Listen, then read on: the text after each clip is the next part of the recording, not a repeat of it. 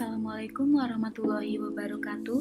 Perkenalkan, nama saya Sri Ayu dari Fakultas Psikologi Universitas Proklamasi 45 Yogyakarta.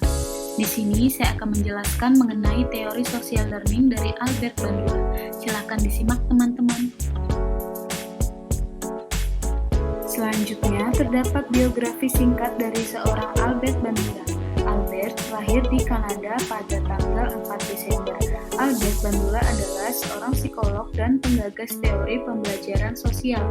Ia terkenal dengan eksperimen boneka Bobo, yang mana pembelajaran bisa diperoleh dari mencontoh suatu tindakan.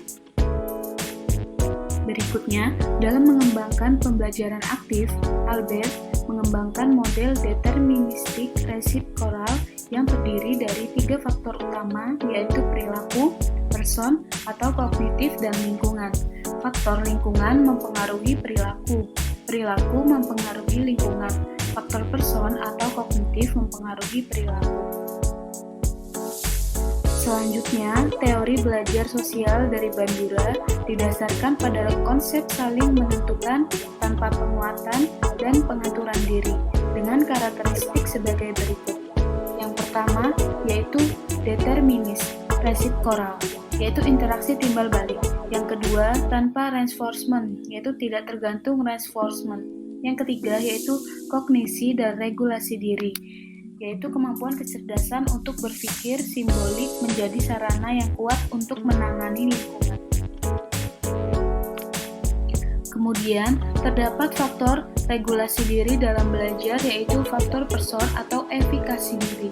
Efikasi diri adalah keyakinan pada kemampuan diri sendiri untuk menghadapi dan memecahkan masalah dengan efektif. Efikasi diri juga berarti meyakini diri sendiri mampu berhasil dan sukses. Selanjutnya, Bandura juga menjelaskan mengenai perilaku manusia dalam konteks interaksi timbal balik yang berkesinambungan antara kognitif, perilaku, dan pengaruh lingkungan. Kondisi lingkungan sekitar individu sangat berpengaruh pada pola belajar sosial jenis ini. Perilaku peniruan manusia terjadi karena manusia merasa telah memperoleh tambahan ketika kita meniru orang lain, dan memperoleh hukuman ketika kita tidak menirunya, dan perlakuan seseorang adalah hasil interaksi faktor dalam diri dan lingkungan.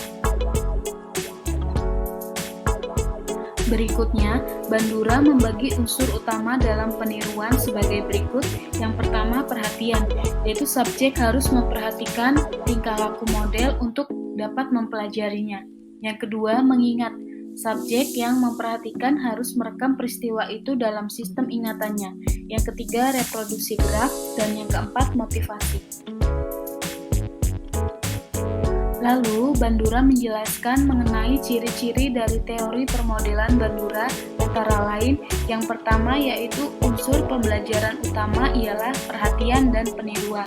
Yang kedua yaitu tingkah laku model boleh dipelajari melalui bahasa, teladan, nilai, dan lain-lain. Yang ketiga yaitu pelajar meniru suatu kemampuan dari kecakapan yang dimonstrasikan guru sebagai model. Yang keempat yaitu pelajar memperoleh kemampuan jika memperoleh kepuasan dan penguatan yang positif. Dan yang kelima, proses pembelajaran meliputi perhatian, mengingat, peniruan dengan tingkah laku atau timbal balik yang sesuai, diakhiri dengan penguatan yang positif.